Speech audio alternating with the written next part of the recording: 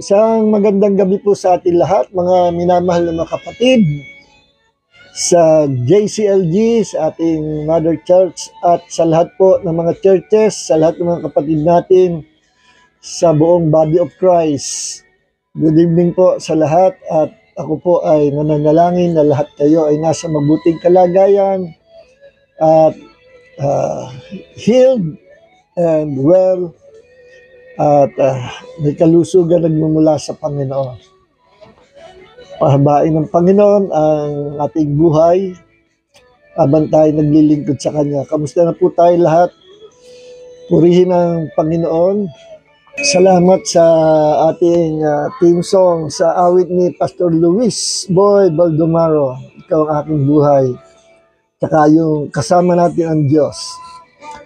God bless everyone and let's start mga kapatid. Okay, let's pray. Heavenly Father, maraming salamat. Sa gabi ito, magsisimula po kami na aming pag-aaral ng iyong salita. Minsan pa, puspusin mo kami ng kapahayagan na nagmumula sa iyo. Fill us with the fresh anointing of wisdom and revelation. And lead us, teach us, guide us, Lord, Holy Spirit. Maraming salamat. Sa gabi ito, we glorify, exalt no other name but the name which is above every name. The name of our Lord God and Savior, Jesus Christ, our healer. You will heal those who are sick tonight. At yung mga nangangailangan ng yung may prayer request ay answered prayer na in Jesus' name. Amen. Okay, convert na po natin ating gadget sa Bible. Salamat sa ating team song. Okay, marami po tayong talatang babasahin at I hope matapos po natin lahat. I'm trying to compress yung ating pong pinag-aaralan. Ano? So, sa gabi pong ito, ang ating pong pag-aaralan, may tanong, ano? Ang Espiritu Santo ba ay Diyos? Is the Holy Spirit God? You know? Diyos ba ang banal na Espiritu? Sagot po ay, of course, 100% He is God. You know? And God forever. Kung paanong ang Ama, ang Diyos Ama ay Diyos, kung paanong si Jesus ay Diyos, ganun din ang Holy Spirit is also God. We have one God, not three gods. One God. One being with three divine persons. And these three divine persons are distinct from one another. These three is the manifestation of one God. Sinabi ko manifestation of one God, pero hindi po ako oneness. Ako po ay isang Trinitarian. I believe ang pinaka tamang aral ay ang Trinitarian. Ang Holy Spirit po is God. No? We believe in the Holy Trinity. We have one God with three divine persons. No? Hindi sinabi ko there are three manifestations of God, the Father, the Son Jesus, and the Holy Spirit. Pero hindi po ako oneness, expression niya ng mga oneness. I believe in one being, one God, with three divine, distinct persons. They are distinct from one another. Iba ang Father, iba si Jesus, iba ang Holy Spirit. Itong tatlo pong personalities ang bumubuo ng iisang tunay na Diyos. Diyos ng Biblia. Ano po? Jesus and the Holy Spirit both came from the Father. Sa pagiging kaunting pananaw patungkol sa Trinity, equal po. Pag pinag-usapay, pagiging Diyos ng Ama, pagiging Diyos ng Anak, Jesus, pagiging Diyos ng Holy Spirit, they are equal with one another. No? Wala pong mataas, walang mababa. They are one in essence, one in divinity, in deity. They are one. Sapagkat sila pong tatlo ang bumubuo ng iisang Diyos mula pa sa simula't simula. Walang lumikha sa kanila. Kapag kami lumikha, you are just a created being, you are not God. Kaya si Jesus ay hindi po siya created being, maging ang Holy Spirit hindi created being, kundi bagkus sila ang creator. They are part of our one creator, no? Our one God. So sa simula nag-exist na sila, no? Wala tayong magagawa kung there are three divine persons in one being or in one God. Yun talagang ating Diyos. Kaya sinabi ng Panginoon, ako ay iisang Diyos, ano? Compare sa mga Diyos-Diyosan noong unang panahon, sa paligid ng bansang Israel, all are pagan nations. Israel was surrounded with pagan nations noong unang panahon na talamak ang napakadaming Diyos-Diyosan, gods and goddesses.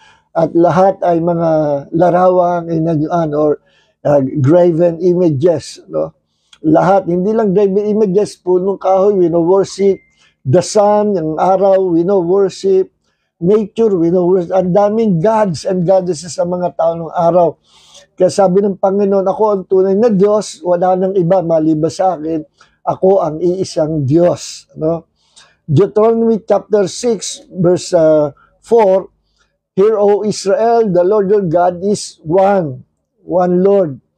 Narito, Israel, basta Israel, ako ang Panginoon Diyos ay iisang Diyos. Okay? So, kinumpare ng Panginoon ang kanyang sarili sa napakaraming Diyos-Diyosa sa paligid ng Israel. But, sa kapahayagan ng iisang Diyos, inside this one Godhead, there are three divine persons, divine beings. At isa dyan na pagiging Diyos ay ang Holy Spirit, no? Si Jesus, sa Bible, tinalakay natin mga nakaraang panahon, sinasabi ni Jesus na ang kanyang Diyos ay ating Diyos, ang kanyang Ama ay ating Ama. Sinabi niya yan nung siya ay nabuhay na maguli. Ako'y paparoon, babalik ako sa aking Ama, na inyong Ama, sa aking Diyos, na inyong Diyos. Ano? Sabi ng mga cult religion, hindi naniniwalang Jesus Christ is God, paano magiging Diyos si Jesus? Siya nga nagsabi, meron siyang Diyos at meron din siyang Ama. So, meron bang Diyos na meron Diyos at meron bang Diyos na meron bang Diyos na may Ama? Tama nga naman. Pero, hindi nila naintindihan nung sinabi ni Jesus yon sa kanyang pagiging human being. No? Sapagkat si Jesus po ay sa simula, siya ay Diyos. No? John chapter 1 verse 1, in the beginning was the Word. Hindi pa Jesus ang pangalan niya, kundi Word of God. In the beginning was the Word, and the Word was with God, and the Word was God. At sa verse niya, sabi, the Word, si Jesus po yon, created all things. At kung hindi sa Kanya, walang malilikha. No? Ibig sabihin siya ang creator of all things. Kapag ikay creator, you are not a created being. Kaya sabi ko nga sa mga taga-INC na kausap ko, at maging sa JW sinasabi sa mga Jehovah's Witnesses, kung si Jesus is just an ordinary human being, tanong, meron bang tao sa mundo ang may kakayanan na lumikha ng langit at lupa? Meron bang ordinaryong tao na may power to create the universe? No? Wala. Ang sagot, wala. Sabi ko, yan pala, pagpapakita na si Jesus ay hindi ordinaryong tao. Siya ay Diyos. Okay? Siya ay Diyos. Sabi ng INC, tsaka JW, Jehovah's Witnesses, siya ay lumikha ng lahat ng bagay kasi binigyan ng Ama ng kapangyarihan lumikha. Pero siya ay created being. Aba, walang ganyan. Number one, sa Bible tinawag na si Jesus ay just a created being. Wala kayong mababasa na si Jesus ay created being. Ano? Pangalawa, wala rin kayong mababasa na si Jesus ay binigyan ng Ama ng kapangyarihan to create the universe into existence. Wala kayong mababasa. So, lahat ng yon ay opinion ng mga relihiyon excuse me, na hindi naniniwala sa kadyusan ng Panginoong Hesus. Excuse me po, nasamid ako. Nadali. So si Jesus, ang sagot doon sa bakit si Jesus may Ama, may Diyos. Sinabi yon nung siya ay naging tao o nagkatawang tao. Ang dahilan kaya siya nagkatawang tao, number one, ulitin ko na naman, lagi ko pinapasada ito, to redeem us from eternal condemnation. Tubusin tayo sa walang hanggang kaparusahan at para bayaran ng ating mga kasalanan, siya na nagbayad. Pinambayad niya kanyang buhay. By His precious blood, He paid the price of our sins. At paano siya magkakaroon ng kamatayan kung hindi siya magbibihis ng katawang lupa, kagaya ng katawang ng tao? Kaya siya ay naging tao so that He could pay the price of our sins. Yun ang number one purpose why Jesus, God, became a man. Number two, Jesus became a man to defeat, to destroy the devil and to destroy the works of the devil, para talunin niya, ibagsak niya si Satanas at ang kaharian ni Satanas. Okay? Kaya nung siya nabuhay na maguli, victorious po ang Diyos, victorious si Jesus, at ang victory ng ating Diyos ay ipinapasa sa atin, sa church, sa ating mga anak ng Diyos. So kung paano nagtagumpay si Jesus 2,000 years ago, nung siya nabuhay na maguli, yun din ang tagumpay na binibigay sa atin ng Panginoong Jesus. Kaya kung alam ninyo who you are in Christ, if you know your authority and power in the kingdom of God, wala kayong katatakutang Satanas o sino mang mga demonyo. In my name, sabi ni Jesus, you can cast them out. Okay. Now, si Jesus, nagkaroon ng Ama, nagkaroon ng Diyos sa pagiging tao na. At pangatlong purpose why Jesus became a man, kundi para lahat ng minana ni Jesus nung siya ay nabuhay na maguli, sabagat sabi sa Bible, nung siya ay nabuhay na maguli, pinamanahan siya ng Ama. At binigyan siya ng kapamalaan sa lahat ng creation ng Diyos.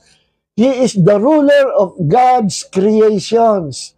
He is the firstborn of all creation. Yung po salitang firstborn, hindi ibig sabihin siya yung kauna-unahang nilikha. Hindi. Kundi firstborn, title po yan. Alam yan ng mga Jews na kapag nagkaroon ka ng title na firstborn, meaning you inherited all the riches and wealth of your father. Sa kultura ng mga Hudyo, ang pinamamanahan ay ang firstborn. Kaya nung dineclare Jesus was the firstborn of many brethren, tayo po yung kapatid ni Jesus, pag pinag-usapin sa pagiging tao niya, we are his brothers and Jesus is our big brother sa pagiging tao niya. Pero sa pagiging Diyos, siya ang ating creator, siya ang ating Diyos, siya ang tagapagligtas, ang nagligtas sa atin. Okay? Ngayon, kaya dalawa ang nature ni Jesus. He is 100% God and 100% human being. At sa pagiging tao ni Jesus, sinabi ni Jesus na the Father is greater, mas dakila ang Ama kaysa sa akin. Okay? Sinabi ni Jesus, totoo naman po. Kagaya sinabi ko kanina sa intro natin na sa pagiging Diyos ng tatlong persona, they are all equal with one another. Pero pagdating po sa posisyon, sa assignment, sa misyon na gagampanan ng ating triune God, ng ating isang Diyos na may tatlong persona, sa misyon na gagampanan nila, sa posisyon, sa office, the Father is the chief executive. Kung sa kumpanya, siya ang kataas-taasan. Bakit? Because Jesus, ang papel niya, the Father, ang papel niya, He is the sender. Pinapadala niya si Jesus. Even sa Old Testament, lahat ng Panginoon, lahat ng Diyos at si Yahweh, na mababasa niyo sa Old Testament, lahat ng yan ay manifestation of the Lord Jesus Christ before He became a man.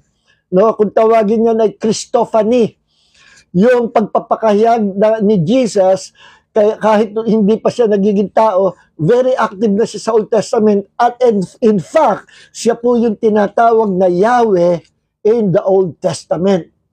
The name of our God, ayon sa Old Testament, is YHWH, tetragrammaton. Ang ibig sabihin, pinopronounce po yan na Yahweh.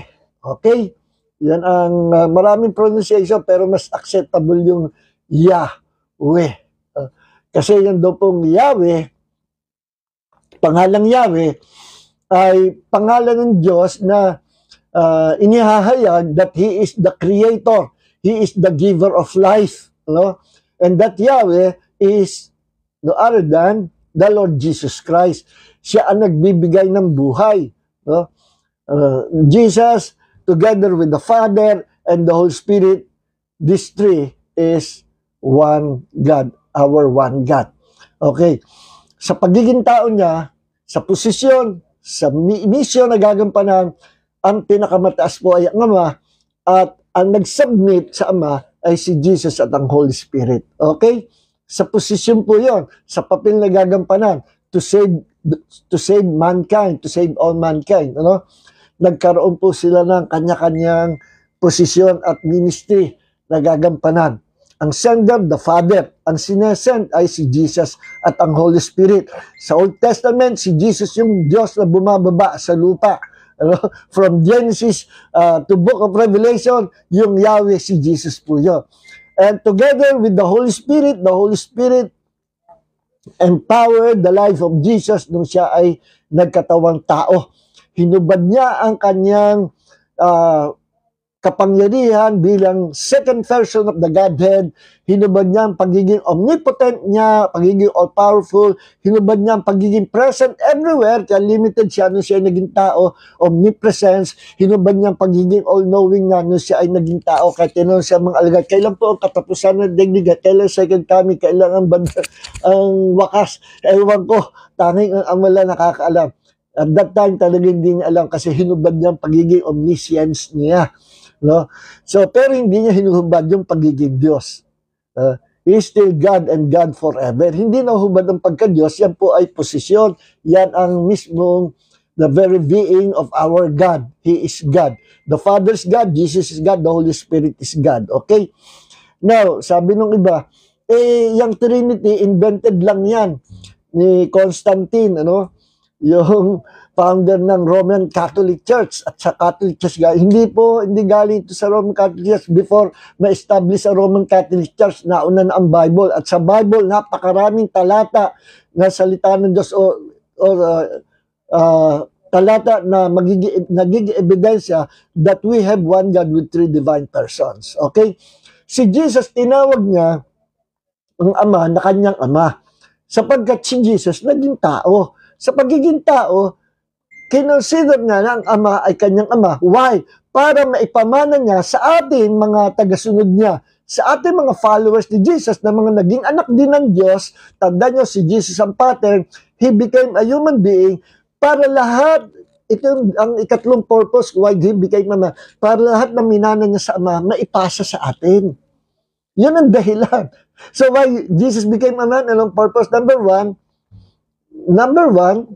no, to pay the price of our sins. Number two, to destroy the devil and to destroy the works of the devil, to destroy the kingdom of the devil. Number three, to make us join heir together with Him para gawin tayong tagapagmanang kasama ni Kristo. At isa sa napakagandang minana natin, ano, na dahil kay Jesus, minana natin yan, yung pagiging anak ng Diyos. At ang minana natin, kung sino yung Ama ni Kristo, yun din ang Ama natin. Imagine, ang ating Diyos na tatawag nating Ama. Alam niyo po ba, sa lahat ng religions of the world, name it, no? Walang ibang Diyos na tinatawag yung mga followers of their gods and goddesses na pwedeng tumawag sa kanilang Diyos na my Father, our Father. Wala. Lahat sila ay kailangang magpakababa at natatakot, makaparusa kay Diyos at hindi nila kailangan pwedeng tawagin kanilang Ama ang kanilang Diyos. Ganyan po ang lahat ng religions of the world. Tanging ang Christianity lang ang nagturo through the Lord Jesus Christ na ang Ama ay maging ating Ama. And that happened because of what Jesus has done on the cross. Because of this death and resurrection, the Father of Jesus became our very own Father. The God of Jesus became our God. Okay? Sa pagiging tao, si Jesus may Diyos at mayroong Ama. Pero sa pagiging Diyos niya, listen, referring to His deity, wala pong ama si Jesus, wala si Diyos sapagkat siya'y bahagi ng iisang Diyos. Sinabi lamang ni Jesus yon, my God and your God, my Father and your Father, para klaruhin ni Jesus na dahil sa kanyang pagkabuhay na muli, kamatayan, pagkabuhay na muli, His Father became our Father, His God became our God. Yes. Sabagat bago natin nakilala ang tunay na Diyos, alam mo kung sino ang Diyos natin? Si Satanas. At sinabi mismo sa Bible, John chapter 8, verse 44, Satan, the devil, kagaya ng mga Jews, the devil is our father. Yun ang naging ama-ama natin because of the sin of Adam. Saka natin pag-usapan niya. So, yung purpose. Tingnan niyo ang Holy Spirit.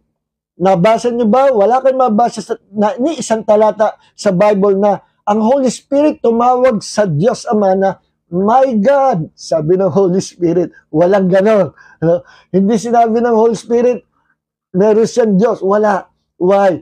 Kasi hindi naman naging tao si Jesus.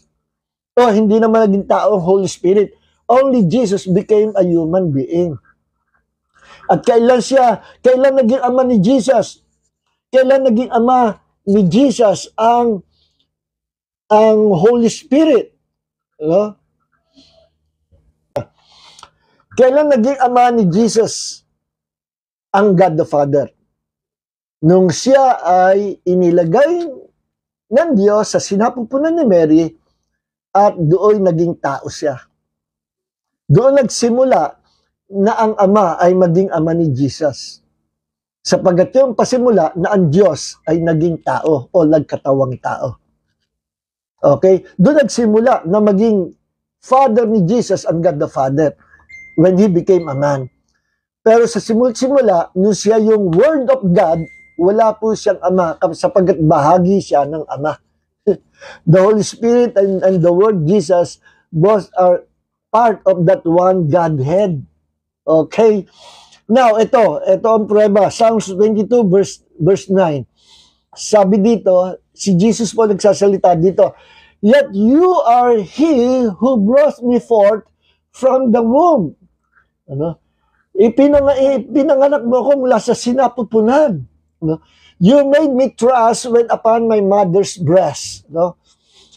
I was cast upon you from birth. You have been my God from my mother's womb. Kailan naging Diyos ng Ama ang God the Father? Nung siya ay inilagay sa sinapupunan ni Mary and became a man. Okay? Pero hindi pa siya nagiging tao, hindi niya ama ang God the Father. Siya ay part of that one Godhead, part of the Father, together with the Holy Spirit. These three, itong tatlong persona, sila ang bumubuo ng iisang Diyos. No? Sa CBS translation, I was given over to you at birth. You have been my God from my mother's womb. Doon pala nagsimula na maging ama ni Jesus ang God the Father, na siya'y naging tao. Ang Holy Spirit hindi tumatawag sa Ama, sa Diyos na Ama, kasi hindi naman naging tao ang Holy Spirit. Okay? Now, punta na po tayo sa ating paksa. Ang kadyusan ng banal na Espiritu. The deity of the Holy Spirit. Bakit ang Holy Spirit ay Diyos? Sa Jehovah's Witnesses, sa mga false, sa mga cult religions of the world, at sa INC, ang Holy Spirit ay hindi Diyos. At kinoconsider nila at pinaniniwalaan nilang lubos na ang banal na Espiritu hindi daw Diyos, hindi daw persona. No? Kundi isang kapangyarihan lang ng Diyos, power. Kumbaga sa panahon natin, meron tayong electricity, power, parang electricity lang. Hindi po. Yan ay 100% false doctrine na hindi papasa sa kabuuan ng Bible. The Bible interpret itself.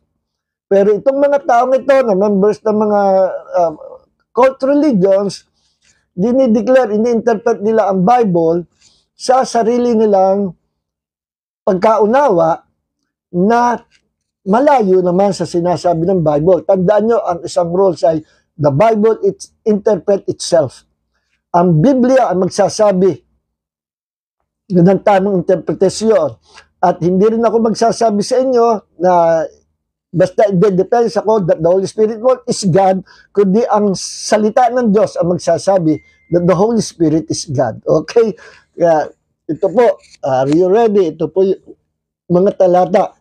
Bakit ang Holy Spirit ay sinasabi sa Bible that the Holy Spirit is God? Kasi kung ano po ang attributes, kung ano kalalagayan, kalikasan ng tunay na Diyos ng Biblia, ng tunay na iisang Diyos ng Biblia, ay meron ang Panginoong Hesus, may ganong kalagayan, may ganong attributes, at meron din ang Holy Spirit. So these three persons or personalities, they are this one true God of the Bible. Alam niyo, sabi sa Deuteronomy chapter 6 verse 4, Hear, O Israel, the Lord your God is one. One Lord. Pakinggan nyo, O bansang Israel, ang Panginoon Diyos ay iisang Panginoon or iisang Diyos. Alam niyo sa salitang iisa, one God. Ang ginamit po dyan ay Echad. E-C-H-A-D. Echad. Echad. Nang ibig sabihin ng Echad, no, ay united together. No? They are united together. Nagkakaisa. Unified. In unity. Yun ang ibig sabihin ng Echad. So, pag tinranslate natin, na literal, pakinggan nyo, Israel, ang Panginoon yung Diyos ay nagkakaisang Diyos. Echad, Lord. Echad, nagkakaisang Panginoon, o nagkakaisang Diyos. Echad ang ginamit. Kung ang ibig sabihin ay literal na numerically one, talagang literal na isa, ang dapat ay ginamit ay Yachid. No? Y-A-C-H-I-D, Yachid. Nang ibig sabihin ay numerically, literally, one. O, pakinggan nyo, Israel. Parang ganito, pagka Yachid na ginamit. Ang inyong Panginoon Diyos ay literal, numerically, isa lang. Hindi dalawa, hindi tatlo, hindi marami. Isa lang ako, numerically one. Yachid. Hindi naman Yachid ang ginamit, kundi Echad. Yung salitang one Lord ay Echad. Unified. In unity. They became one. No? At yung salitang Echad, yan din po ginamit sa Genesis, nung sinabi ng Diyos na kay Adam and Eve that the two shall become one Echad flesh. Tanong, ilan ba si Adam and Eve? Dalawa. Numerically, they were two persons.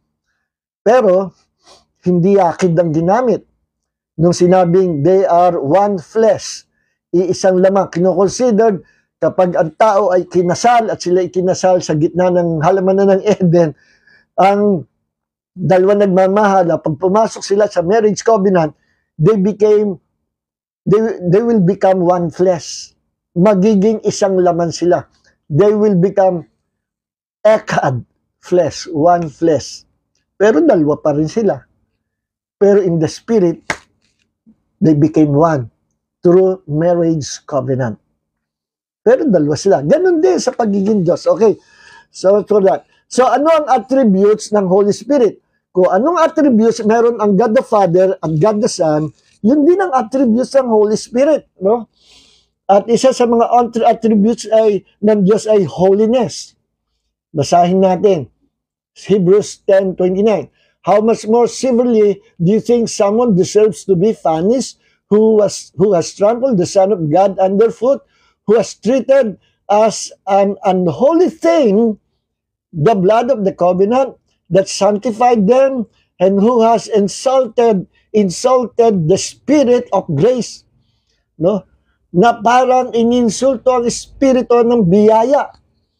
Meaning, ang Holy Spirit pwedeng insultuhin. Meron pang ang word na grieve. They grieve the Holy Spirit. Do not grieve the Holy Spirit. Napipighati ang Holy Spirit. Pag sinabing nag-grieve, no, naiinsulto, that means merong personality. Hindi yan basta bagay lang. Ang kuryente sa bahay, hindi mo maiinsulto. Hindi mo pwedeng mag-grieve o mapigati kasi walang buhay yang kuryente. They are just power, electrical power. Ang Holy Spirit, hindi siya parang electrical power. Siya ay persona na may damdamin, marunong magalit, marunong matuwa, umibig, mapighati, na insulto. Why? Kasi meron siyang personality sapagkat siya ay isang persona, no? At isa sa mga attributes of the Holy Spirit ay siya ay banal, na hindi mo pwedeng insultuhin. Kaya ang tawag sa kanya ay Holy Spirit because He is holy. No? Dito sa Matthew 12:32, anyone who speaks of the word against the Son of Man will be forgiven. But anyone who speaks against the Holy Spirit will not be forgiven either in the age or in the age to come. Ang sino man magsalita ng masama against sa Ama, may kapatawaran. Against sa anak, kay Jesus, may kapatawaran. Pero pag nagsalita ka ng against sa Holy Spirit, na nag-grieve mo, ininsulto mo, o pinaghati mo banal na Espiritu, delikado yan. Yan ay unpardonable sin. Kasalanan na hindi napapatawad ng Diyos sa buhay nito at sa buhay na darating. Anong kasalanan yan? No? Kasalanan sa banal na Espiritu. Bakit pwede magkasala sa banal na Espiritu? Because the Holy Spirit is truly God. He is God and God forever. Okay? Kung yan electrical power lang o power lang, hindi yan may insulto, hindi siya may insulto, hindi siya mag-grieve at hindi ka magkakasala sa kanya kasi power lang. Kaya, maling-mali ang aral ng mga kultong reliyon na nagsasabing hindi persona ang Holy Spirit kundi power lang. Mali yun. Kung kayo kabilang sa isang church na nagsasabi ang Holy Spirit is not God and just a power of God's kingdom, umalis na kayo sa church na yan. You are in the cult church or cult religion and there is no salvation in cult religion. You will die in hell. You'll be judged, and thrown into the lake of fire. So, alis kayo sa church na yan. Punta kayo sa church na nagtuturo that there is one God with three divine persons. No? Okay. Trinity. No? Ano pa ang kalikasan ng Holy Spirit? Siya ay eternal. Ano? The Holy Spirit is eternal. Eternality. No? Okay. John chapter 14 verse 16. I will ask the Father and He will give you another advocate to help you and be with you forever. No? Mananalangin ako para bigyan kayo ng Ama ng banal na Espiritu na makakasama nyo magpakailanman, even sa buong eternity. Forever, pag sinabi forever, even sa buong eternity. Kaya eternal ang ang Holy Spirit. He is eternal. He has eternality. Hebrews 9:14. How much more then will the blood of Christ, who through the eternal Spirit offered Himself unblemished to God, cleanse our consciences from acts that lead to death so that we may serve the living God. Kunin niyo yung salitang binanggit dito na sinabi, who through the eternal Spirit. Ang Holy Spirit ay eternal. No? Hindi mo pwede patayin. Walang katapusan. He is eternal. At ang eternality is one of God's divine attributes. Okay? The Holy Spirit is eternal, meaning He is truly God. At pansinin niyo dito, ang larawan ng Trinity, dito sa Hebrews 9:14. Tingnan yung sabi dito, how much more then will the blood of Christ, binanggit ang Kristo, si Jesus, one person of the Godhead, no? Who through the eternal Spirit, binanggit ang Holy Spirit. Dalawa ng persona ng iisang Diyos. No? Offered himself unblemished to God. Binanggit ng God the Father. So, there are three divine persons in one Godhead. Sa Hebrews 9:14, maliwanag that there is one God and inside this one God, there are three divine persons. See? Sa talata lang, nandoon ang Holy Spirit, nandoon si Jesus, nandoon ang God the Father. Pinipresent na tatlo itong iisang Diyos. Okay, ano pa? The Holy Spirit is omnipresence. No? He is omnipresent or meron siyang nature or attributes of omnipresence, meaning He can be present everywhere. At sinabi nga sa awit, Psalms 139 verse 7 and 8, where can I go from your spirit? Where can I flee from your presence? If I go up to heavens, you are there. If I make my bed in the depths, you are there. Saan ako pupunta? Kahit sa impyerno, kahit sa hell, you are there, Holy Spirit. No? God is everywhere. He can be present everywhere. He is omnipresent. Meron siyang attributes of omnipresence. Okay? Can be present everywhere. At ano pa? Ang kalikasan ng Diyos. No? Number 5, omniscience. All-knowing. The Holy Spirit is all-knowing. Like the Father and like the Lord Jesus Christ. One time, tinanong ng mga alagad si Jesus, Lord, kailan ang katapusan, ang ending, ang wakas, kailan sa coming, kailan ang huling katapusan ng daigdig? Sagot ni Jesus, ewan ko, ang Ama lang ang nakakaalam, maging mga angels sa langit, hindi alam. At that time, sa pagiging tao ni Jesus, nilimitahan niya talaga, hinubad niya ang pagiging omniscience niya. Kaya hindi siya omniscience nung siya ay naging tao. Hindi rin siya omnipresent nung siya ay naging tao. Hindi rin siya all-powerful nung siya ay naging tao. Ang kanyang power ay hiniram niya sa Holy Spirit. Acts 10:38, Jesus Christ was anointed by God, doing good, healing all those who are oppressed by the devil. No? Hiniram niya pansamantala ang power ng third person of the Godhead, the power of the Holy Spirit. Kaya yun ang dahilan kung why Jesus was anointed by God, to empower His life. Binakapal siya ng Holy Spirit sa pagiging tao niya. Why?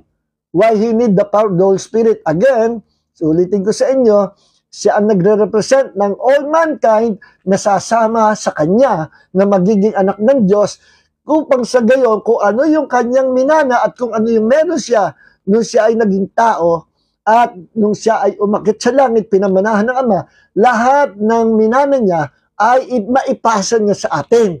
Romans 8:17, as children of God, tayo yon, we became joint heir together with Christ. Okay? So, isa sa minana natin, yung kapangyarihan ng Holy Spirit. Kasi nung siya naging tao, hinubad niya yung kanyang pagiging all-powerful as God, the Creator, at hiniram niya sa pagiging tao ang power ng Holy Spirit. Binakapal siya ng kapangyarihang Holy Spirit nung siya ay naging tao. Kaya lahat ng himala na ginawa niya, hindi niya inaangkin na through His own power. At sinasabi niya, lahat ng ginawa ko, gawa ito ng Ama. This is through the power of God. Ano? Hindi sa sarili ko kapangyarihan. Ang salita na sinasalita ko sa inyo, hindi galing sa akin, kundi galing sa Ama. Ang kapangyarihan, ang mga ginawa ko, mga kabablagyan, hindi galing sa akin, kundi galing sa Ama. Yan ang hindi naintindihan ng mga kultong relihiyon. Nabasa lang nila, no, si Jesus ay napagod, si Jesus ay nagutom, si Jesus ay binigyan ng kapangyarihan, si Jesus ang binibigyan, si Jesus ay pinamanahan. So, kinonsider kaagad nila na si Jesus ay tao at hindi Diyos. Totoo naman yun. Si Jesus napagod, si Jesus nagutom, si Jesus pinamanahan, si Jesus itinaas ng Diyos. Totoo lahat yan. It's in the Bible. Pero sa pagiging tao yon, basahin nyo naman, balikan nyo naman at basahin siya sa atin, halungkatin nyo ang mga proof scriptures na ebidensya nagsasabi that Jesus Christ, although He is a man, He is also God and God forever. He is 100% God and 100% human being. For the first time sa buhay o sa history ng kasaysayan ng pagiging Diyos, ng makapangyarihan Diyos natin, for the first time 2,000 years ago, naganap na ang Diyos at tao ay magsama forever sa isang katauhan. At yung personality na ito, walang iba kundi si Jesus. Sa kanya na-combine ang Diyos at ang tao. Siya ang pinagsamang Diyos at tao. Why? Bakit ginawa yan ng Diyos? Bakit ginawa ni Jesus? Ito ang dahilan. Sapagkat si Jesus ang nag-abot ng kamay ng Diyos at kamay ng tao at pinagbati na ang Diyos at ang tao. By His death on the cross, by paying the price of our sins, by redeeming us through His precious blood, tinubos tayo at para sa gayon maging anak tayo ng Diyos. Through the Lord Jesus Christ, pinagsama ang Diyos at tao forever. Hindi na tayo mawawala sa Panginoon. Huwag ka lang aalis sa Kanya. Hanggang wakas. Forever we will be with God forever. And I believe with all my heart, maging mga Bible scholars naniniwala that the true nature of Jesus, He is God and He is man, will be forever sa buong eternity. Hindi na niya aalisin yung second nature na that He is a man. Why?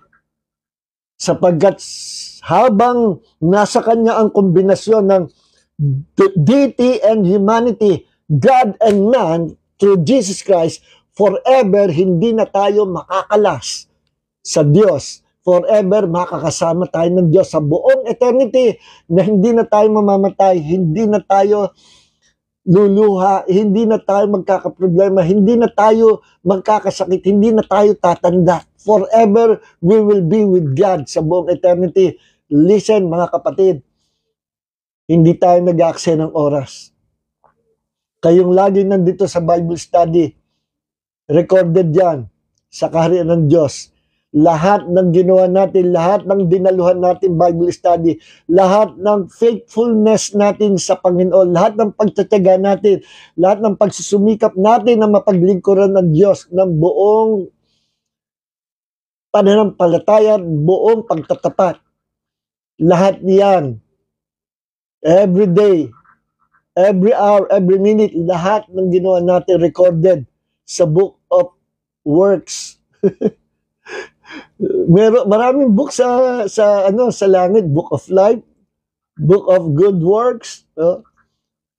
Marami naka-record po 'yan. Yes. At anumang gawin natin na maganda, mga good works, anumang nagawa natin for the glory of the name of God, of the Lord Jesus Christ, will be recorded in the Book of Works, yung book na bibigyan tayo ng reward sa Panginoon sa langit. Yes. No? Kaya iba magtanong, bakit mas malaki reward? Lord, noon active naman ako pag Sunday. No? Dapat nga mas lamang pa ako kasi mas palabasa pa ako ng Bible dyan. Tsaka mas marami akong nahikayat, nakaluluwa kaysa kanya. No? Siya, isa lang nahikayat niya. Ako, nasa 100 na. Nasa 1,000 na. Bakit mas mataas ang reward nun? Mas madaming reward yun. Ano nangyari? Yung pala, bawat kilos natin nire-record sa kaharian ng Diyos. And even this small thing or itong maikling oras na ating pagsusumikap sa pag-aaral sa salita ng Diyos ay nakarecord din sa langit. At bahala ang Lord sa inyo. Okay. So, ito po ang kaya si Jesus po ay at saka si Jesus ay nag-function at nag-move sa kapangyarihan ng Holy Spirit para maipasa sa atin kung ano yung minana niya. Tingnan nyo ngayon. Minana natin ang kapangyarihan ng Holy Spirit. We can move under the power of the Holy Spirit because of Jesus. No? Ngayon, so, ang Holy Spirit, ang nature niya, He is holy, eternal, omnipresent, omnipotent, omniscience, all the nature and attributes of God, lahat ay nasa Holy Spirit. Okay? Now, bakit ang Holy Spirit ay equal with the Father and equal with the Lord Jesus Christ? Saan? Sa posisyon? No. Sa posisyon po, pinakamataas ang God the Father. Mas mataas kaysa Holy Spirit. Mas mataas din kaysa Panginoong Jesus, ang Ama. Sa posisyon, sa ministry, sa office. Ang God the Father ang sender, siya ang chief executive, kumbaga sa kumpanya. At ang Panginoong Jesus at ang Holy Spirit ang nagtatrabaho. Sila rin ang sinusugo sa lupa. Jesus and the Holy Spirit both came from the Father, came from this one God. Okay? Kaya hindi sila tatlong Diyos, iisang Diyos. Ginusto lang ng Diyos na ipakilala ang kanyang sarili as three divine persons. Yun ang gusto ng Panginoon eh. No? Na ipakilala ang kanyang sarili as three divine persons. God can do everything.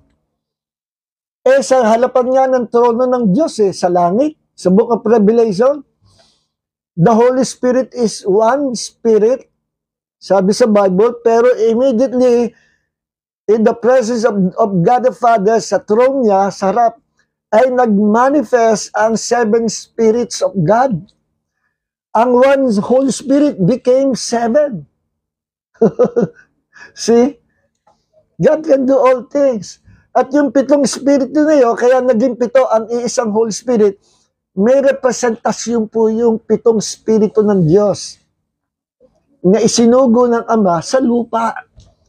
May dahilan, may ibig sabihin yun. But the seven spirit is this one Holy Spirit. Kita, wag natin lilimatan ang Diyos. Wag natin isipin na ang isip ng Diyos ay parang isip ng tao. Magkaiba po. Magkaiba. Kung gaano daw kalayo ang langit, ganun kalayo ang pag-iisip ng Diyos sa atin.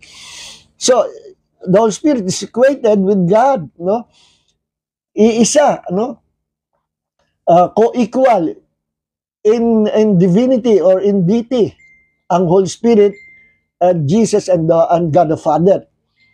Magkaka-co-equal sa pagiging Diyos in deity, in essence, in nature, in attributes, they are one. Okay. Tingnan niyo ito ha. Babanggitin dito. Laging pinipresent ng Biblia tatlo ng tatlo. Kanina sa Hebrews 9:14, pinakita na natin kaagad. No? Now, another scripture that proved na one God has three divine persons. 1 Corinthians chapter 12, verse 4 hanggang 6. There are different kinds of gifts, but the same Spirit distributes them. No? Maraming kaloob ang Banal Espiritu, pero iisang Espiritu ang nagbigay, nagdistribute. There are different kinds of service, but the same Lord. Kanina binanggit, but the same Spirit, the Holy Spirit. This time, binanggit, but the same Lord, Lord Jesus Christ. So, dalawa na. There are different kinds of working, but in all of them and in everyone, it is the same God at work. Binanggit ang God the Father, God at work. Binanggit ang same Lord, Lord Jesus Christ. Binanggit ang same Spirit, the Holy Spirit. Three divine persons in one God. Okay? Another scriptures. 1 Corinthians chapter 13 verse 14. Sa benediction, Trinity rin po ang inireveal ng Diyos, no? 2 Corinthians chapter 13 verse 14. May the grace of the Lord Jesus Christ and the love of God and the fellowship of the Holy Spirit be with you all. Binilang niyo po ba? Again, may the grace of the Lord Jesus Christ, pinakita si Jesus, and the love of God, pinakita ang God the Father, and the fellowship of the Holy Spirit be with you all. Pinakita ang Holy Spirit. Pagpapala sa church, sa benediction, Trinity ang ginamit. The triune God, one God with three divine persons. Okay? Another scriptures,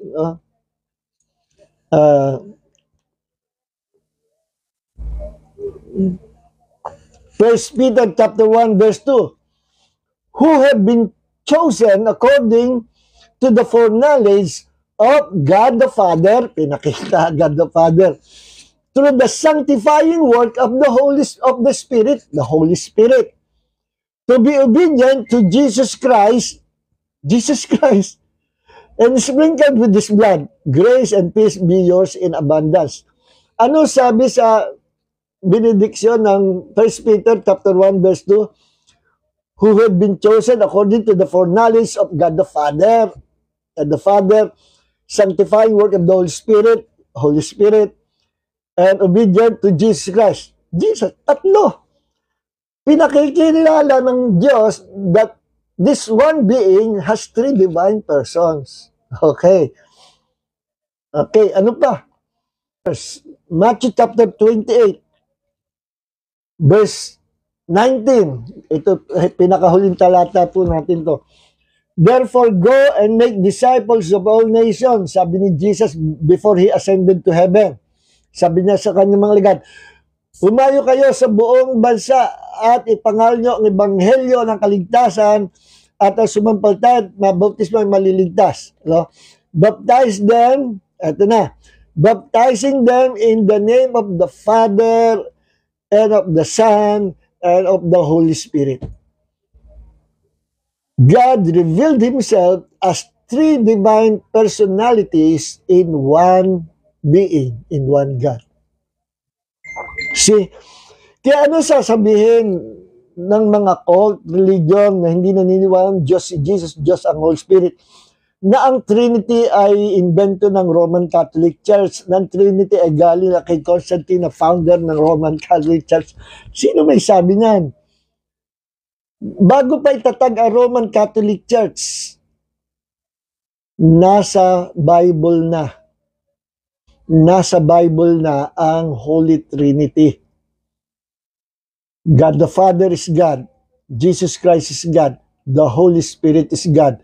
These three divine personalities or persons, these three, ang tatlong ito ang bumubuo ng iisang Diyos. Okay, mga minamahal, nawa kayo ay may naintindihan, may natutunan sa ating pong pinag-aralan, at part 1 po lang ito, part 1. Lagyan po natin ang part 2 sa Friday. Okay? At marami pa tayong talata na babasahin that will prove that the Holy Spirit is truly 100% God, like the Lord Jesus Christ. The three persons in one God. Okay? So, purihin Panginoon, posible ba yung isa ay naging tatlo? Posible. Parang tayong tao. We are one being. I am one being. But in this one being, tripartite being ako. No, I am one being with three elements: spirit, soul, and body. Tatlo din. Why? Because when God created man, Genesis chapter 1, verse 26-27, He created man in the image of God according to His likeness. Kaya if God is a triune God, man is a tripartite being. Okay. Alright. So, next week, sa Friday, marami pa tayong babasahin. Heavenly Father, maraming po salamat sa inyong pong pag-aaral ng the deity of the Holy Spirit. Is the Holy Spirit truly God? As sagot, yes, He is 100% God. He's not just the power of God's kingdom like electric current or electricity. Lahat ng yon ay sablay na idea. The Holy Spirit, according to the Bible, is truly 100% God. And He is part of that one deity, the Father, Jesus, the Holy Spirit.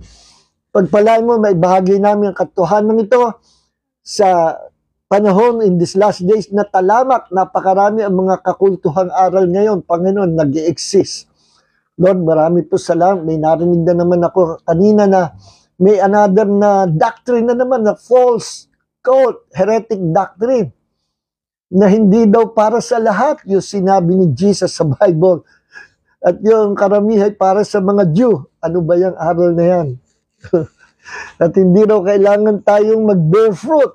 Yung daw bearing fruit ay sa Israel lang. Ano na namang aral yan? Panginoon, pag hindi matibay ang aming foundation, kapag ang foundation ng mga anak ng Diyos ay very weak, madadala sa mga samot-samot, sari-saring aral ng demonyo na pumapasok ngayon sa body of Christ. Lord, protect our church, protect your body, Lord, from demonic doctrines that try to enter to the body of Christ. Maraming po salamat, Panginoon, and you will heal those who are sick right now, and you are the God of miracles. In the name of the Lord Jesus Christ, may the grace of the Lord Jesus Christ, the love of the Father, the fellowship of the Holy Spirit be with you all. In Jesus' mighty name, be all the glory. Amen. God bless you all po. Pakishare po ng ating video and don't forget to like this video. God bless you all.